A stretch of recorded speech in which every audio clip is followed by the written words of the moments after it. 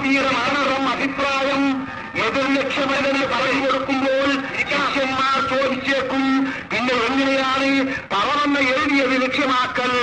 മറ്റൊരു വിദ്യാർത്ഥി ചോദിച്ചേക്കും, മക്കം മദീനയിലെ മുസ്ലിങ്ങൾ മാത്രം ഇജ്മാഅല്ലെന്ന് ഉസ്താദ് ഓടിക്കൊടുത്താൽ, അങ്ങനെയാണെങ്കിൽ വിദ്യാഭ്യാസ ബോർഡ് യോജിച്ചുവെങ്കിൽ അതുപോലെ ലക്ഷ്യമാക്കൽ എങ്ങനെ? ഇവിടെ ഒരു സഹാബി പറഞ്ഞാൽ അത് എതിർ തെളിവല്ല എന്ന് പറയുന്നു. ഇത് വയക്കാട്ടുകാരൻ എവിടെയോ എഴുതിയ പുസ്തകമല്ല. ഈ ബർഹവും ഇ.കെ. അസ്സം മുസ്ലിയാർ സാഹിബുകൾ എഴുതിയതാണ്. ഞങ്ങൾ മാത്രമല്ല, സഹാബികളുടെ ഹിജ്ജത്തല്ല എന്ന് പറഞ്ഞത് ഞങ്ങൾ മാത്രം പറഞ്ഞതല്ല.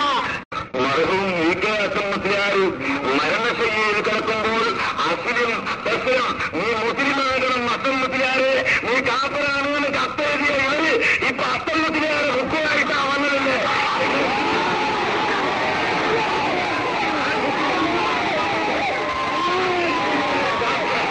എന്റെ ചോദ്യം 15 ചോദ്യം അവശേഷിക്കുന്നു.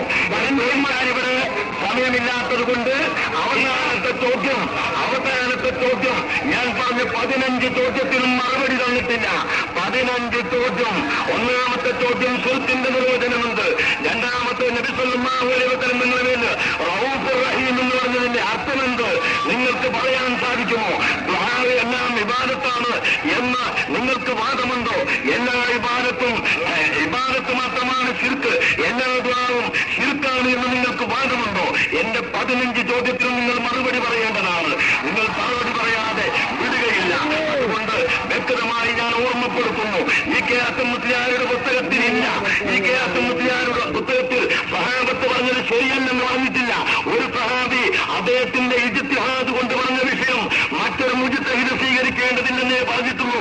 അസ്സം മുസ്ലിയാരുടെ പുസ്തകത്തിൽ പോലും മനസ്സിലാക്കാൻ സാധിക്കാതെ അസ്സം മുസ്ലിയാരെ കാഫിറാക്കി കത്തെഴുതിയ നിങ്ങൾ അസ്സം മുസ്ലിയാരെ കൊണ്ടുവരണം. അതുകൊണ്ട് സൗകര്യമുണ്ടെങ്കിൽ എന്റെ ചോദ്യത്തിന് മറുപടി പറയൂ. ഇത്തിഹാസ ശിർക്കാണെന്ന് തെളിയിക്കാൻ നിങ്ങൾക്ക് സാധിച്ചിട്ടില്ല, നിങ്ങൾക്ക് സാധിക്കുകയുമില്ല.